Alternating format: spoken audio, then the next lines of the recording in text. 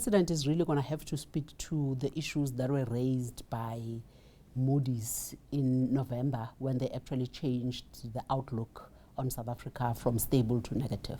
Unless and until we address that, then unfortunately anything else that we address is not going to move the dial, as it were, because the issues that Moody's raised are the issues that the international community, and the international investors are worried about. So Moody's said that they are worried about our fiscal, they want us to implement a fiscal consolidation program. And I think we're therefore going to have to give strong signaling, right? Because the numbers are going to come at the budget. CR is therefore going to have to give strong signaling in terms of how South Africa is going to implement interventions towards fiscal consolidation. The biggest expense item in South Africa's budget at the moment, or in South Africa's expenditure, is actually the debt finance costs. It is unsustainable.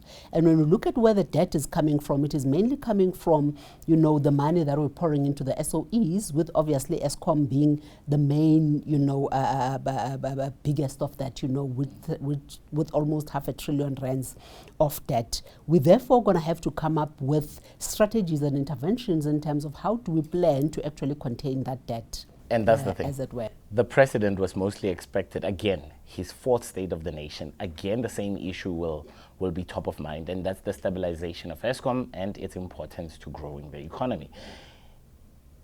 It sounds like those that were leading the charge, unions, namely COSATU, is having cold feet about using pensioners' money to save Eskom. Where are we in terms of Eskom? So I think if I were to address the COSATU issue first, I think I'm glad that the COSATU plan has collapsed, because it wasn't even a credible plan to start with.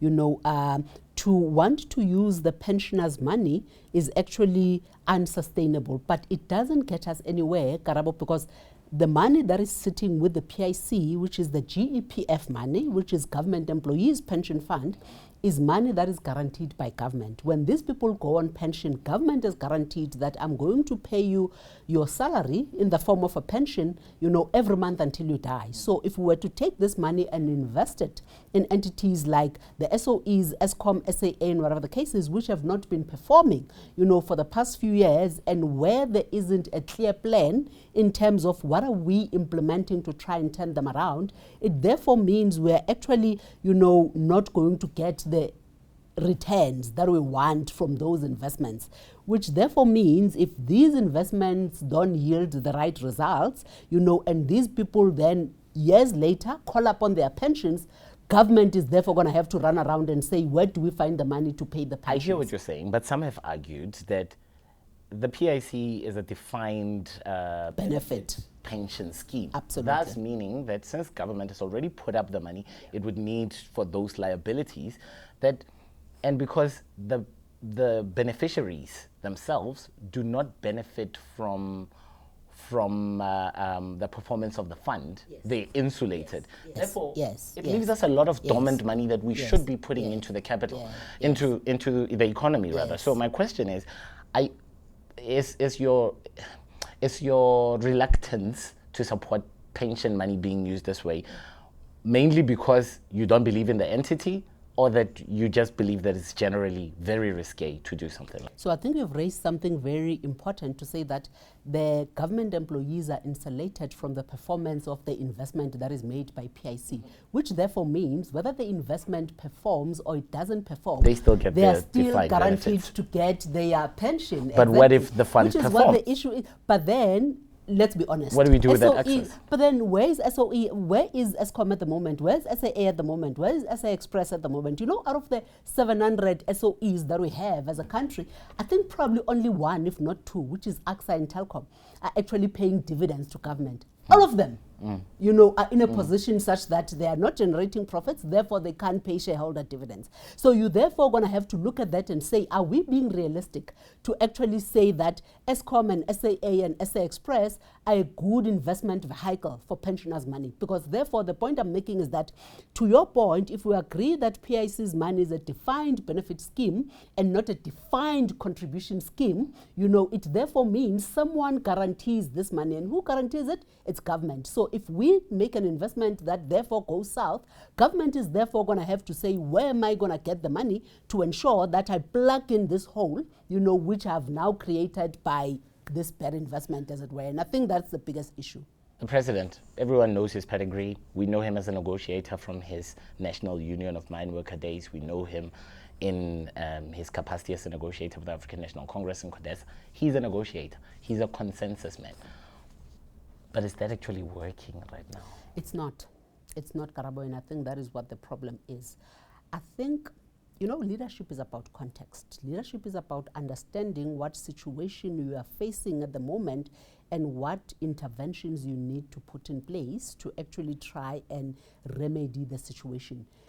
It's not a one-size-fits-all. My previous boss used to say leadership is like walking around with a toolbox. And when you're faced with a problem, you therefore look in your toolbox and say, does this need a plier, or does it need a hammer, or does it need a screwdriver, right?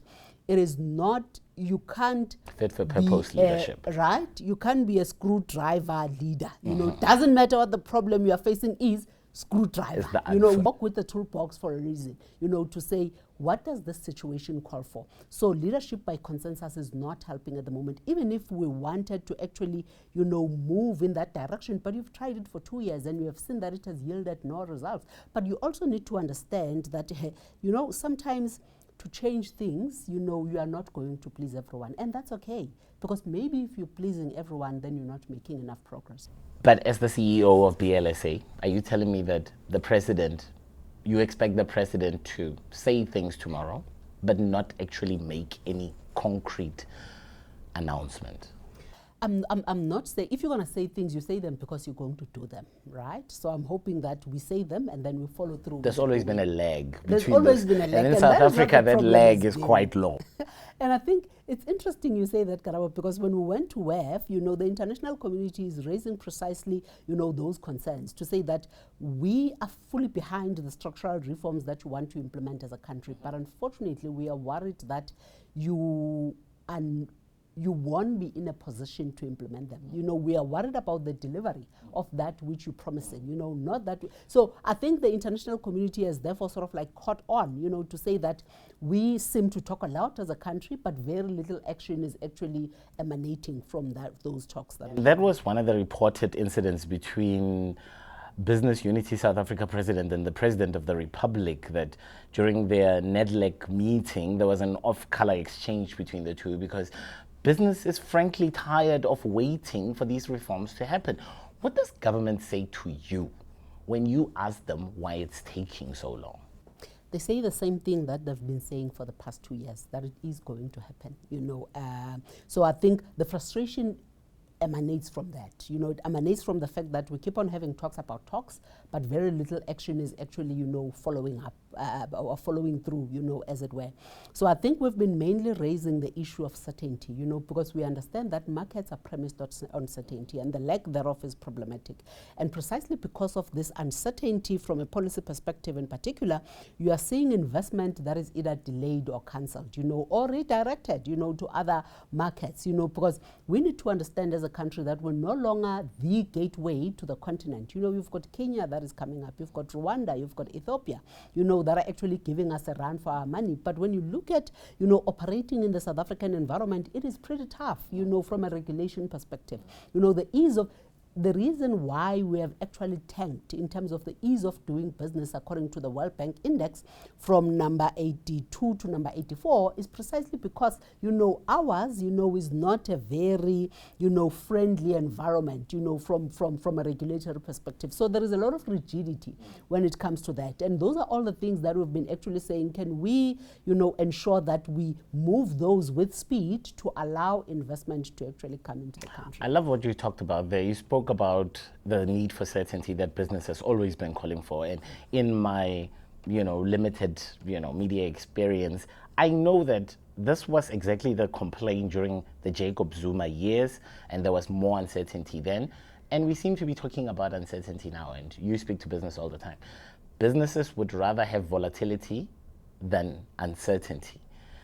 And when the president stands in Parliament and says the 1913 Native Land Act was the original sin and it can only be remedied by expropriation without compensation, and then on the other hand, when he meets with farming and farmer groups, he says a different message. The president is tiptoeing on this. Business has no certainty over the land question. How can they possibly invest? When do we get clarity on this? So I think that is precisely, the issues that we continue to raise, to say that whichever way you decide to move, for instance, with the Land Expropriation Without Compensation Act, it doesn't need to be pro-business, right? We just need to know what we're working Decide on. now. Right? Decide. We need a decision. Let the uncertainty go. Exactly. Because in an environment where you have policy certainty, whether you like the policy or not, but you therefore find a way in terms of how do I navigate this market? What are the dynamics, that confront me, given the policies that I have in this country. And you've got much more tougher markets, in the African continent, which is why South Africa is still, a home for capital. Right, the home for capital and the darling of the world, when it comes to, entry into the African continent, as it were. So I think we're actually shooting ourselves, in this, in the foot, on this one. We're really scoring own goals, because we should be doing much better. The fact that we're the most advanced economy, in the continent, therefore already positions us, to actually be getting a lot of investment, which is directed to the African continent and maybe to other emerging economies as well, not just the continent. But I think through our indecisiveness, through the lethargy, and the short-sightedness, that we have, as far as these issues are concerned, we are getting that investment to be redirected elsewhere. As a sub-question on the land issue, there's already some lobby groups which are trying to get banks to also advocate what business expects from the land question, because property rights still are a bit of a muddy area in terms of what land expropriation without compensation will actually mean. Do you think banks should be more vocal? I think this has been placed where it should be, in the hands of the judiciary. And I don't know why we should actually be trying to fix something that is not broken. So I think the reason we do that quite well in South Africa. Right? We do that very We've well. got many problems in this country that we should actually be focusing our energies on, if we want things to do. But I don't think that we should be fixing something that is not broken. We wanted to fix the Reserve Bank. I'm still asking what's wrong with it. Right? And I think that is precisely the problem. Now we want to do prescribed assets, and you're thinking that, but why are you not bringing in equity? If you want money instead of wanting to take pensioners' money, but that's a totally different, but then so the issue on the land, it's not only the banks that are being, where they are saying that let them, be brought in. It's actually, the whole issue around let the ANC be probably the final arbiter, in terms of how the expropriation is done, and you probably therefore need to ask yourself the question of what is the problem statement, what are we trying to solve for? What is broken with the current system? Because I can tell you now, the reason why the judiciary and the land courts, in particular, have not moved with speed is precisely because the very same ANC has been very indecisive and have actually not acted, in terms of ensuring that they implement, the land redistribution. So there is no crisis in as far as Section 25 is concerned. We know, Karabo, that you can actually expropriate without compensation, within Section 25 as it currently stands. Because it actually does say that, if the situation is just and fair, compensation can actually be nil. So it can actually be done. The reason why we're trying to find ways and means and reasons that don't exist is precisely because we have done nothing about this for the past 25 years. Now we're using it as we're using the section or the constitution as a red herring, as if it is, it has been preventative or it has been obstructive, and it's not the case.